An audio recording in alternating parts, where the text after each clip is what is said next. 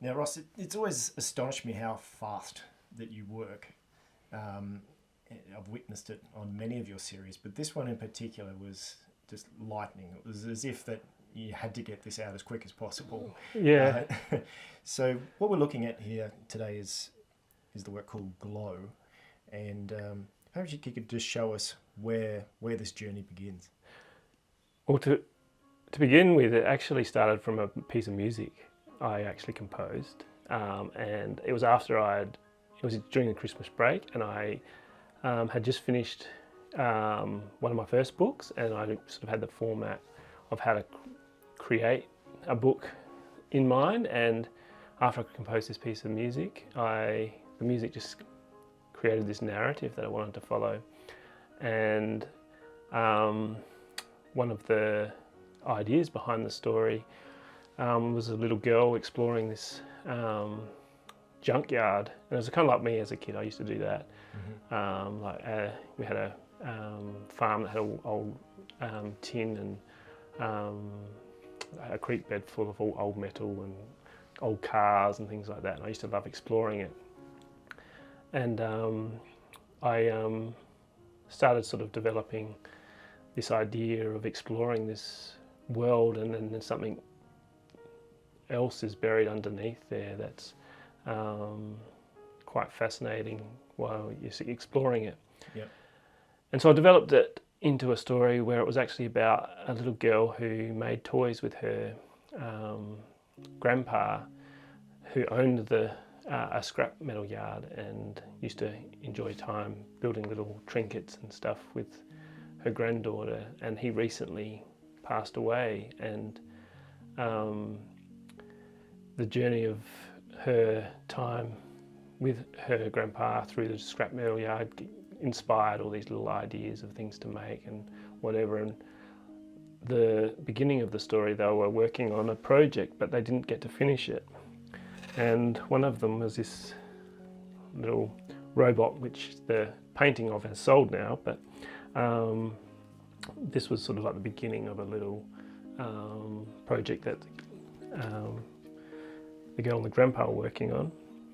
And then the idea of the journey that she goes through this scrapyard is that the soul of her grandpa is in all the metal and scrap, and she starts to sort of discover these things there. And one of the things she discovers is this huge buried object, which ends up being her grandpa reincarnated. For all the VW fans out there, I think. Yeah, so it was inspired a lot by vintage cars, like the Combi. The eyes. Yeah, I think Combi vans are kind of the friendliest looking car out there. Yeah. But yeah, there was just an idea, and light is a significant part of this story, hence the title Glow. And the idea of this object that's buried is that it's actually her grandpa reincarnated to become a star. Mm-hmm. And a star is this object in the sky that looks down on us and shines a light. And the little objects that they created together start to become alive, and that was sort of where the beginning of this character developed. Is at the end of the story, he wakes up, and then I begin a journey. I thought I wanted to begin a journey kind of after the book of the little character, and so I started a painting series that follows the journey of this little robot, a wind-up robot that the grandpa and the little girl were working on together. And so that one that just sold was the first in the series, but I've started another couple since that one, and this one's called Origin, and sort of begins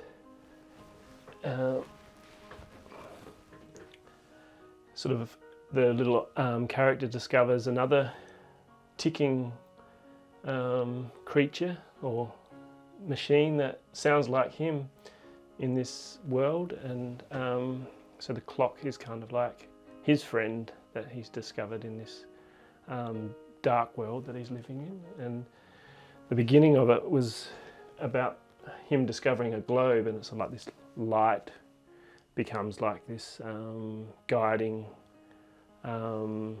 friend through the darkness, and then through the darkness they discover a little ticking machine that... Is that light tied back to the grandfather as well? Yeah, so the idea was kind of, in some ways I was sort of an imaginary or a childlike imagining of what a star is, or what a star might be, rather than you know, it being a planet or whatever it might be. Just this little machine that's a lamp up in the sky that's shining a globe. And in the story, the grandpa actually, after it, as a machine, gives the girl a gift for setting it free from the ground, and it is a little globe, and that's what brings all these creatures, all these machines to life, is this light.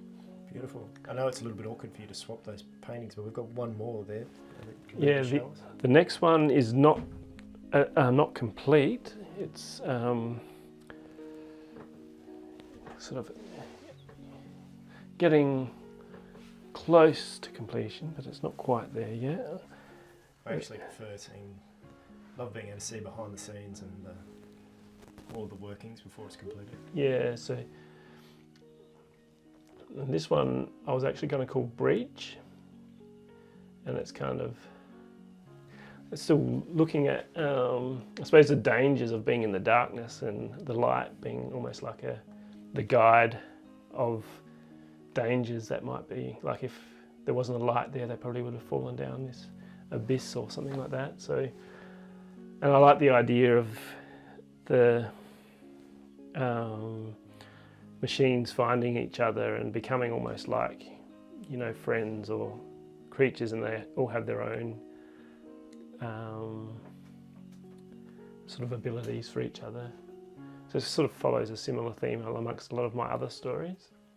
It's starting to feel like the beginnings of a book. Is that where this is heading? I'm not sure with this one. I would like to develop it into a book, but one of the things that I'm finding with this is that I think it's a more isolated, the story, it feels like isolated words. So the beginning piece was called Glow, the second one was called Origin, and the third one has been is Breach. And I'm almost looking at it as almost like a way of communicating what a word might mean, rather than a general narrative. It's sort of like an isolated, that works stand as a narrative within one word. So. And will we see more of this little guy, or is this? Oh yeah, definitely. I'm enjoying painting him, and I feel like he's a little pet in a way. Oh, that's fantastic. I personally can't wait to see where this develops. So, yeah, wonderful, Ross.